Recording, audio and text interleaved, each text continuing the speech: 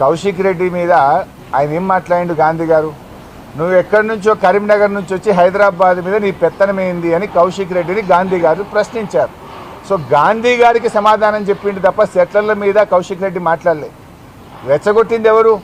కరీంనగర్ నుంచి వచ్చి హైదరాబాద్ మీద నువ్వెవడివి పెత్తనం చెలాయించడానికని కౌశిక్ రెడ్డిని గాంధీ గారు రెచ్చగొడితే గాంధీ గారు అనే వ్యక్తికి సమాధానం చెప్పిండు తప్ప ఆయన హైదరాబాద్లో ఉండే సెట్లర్ల గురించి మాట్లాడలేదు, హైదరాబాద్లో ఉండే ఎవరి గురించి మాట్లాడలేదు. అది కేవలం గాంధీ గారు తనను ప్రశ్నించినప్పుడు తాను గాంధీ గారిని ప్రశ్నించారే తప్ప ఇంకొకటి కాదు.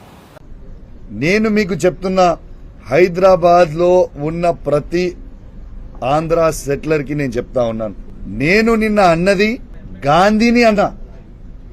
గాంధీయే స్వయంగా ఏమన్నాడు? గాంధీకి కౌశిక్ ఇది వ్యక్తిగతం అన్నాడు.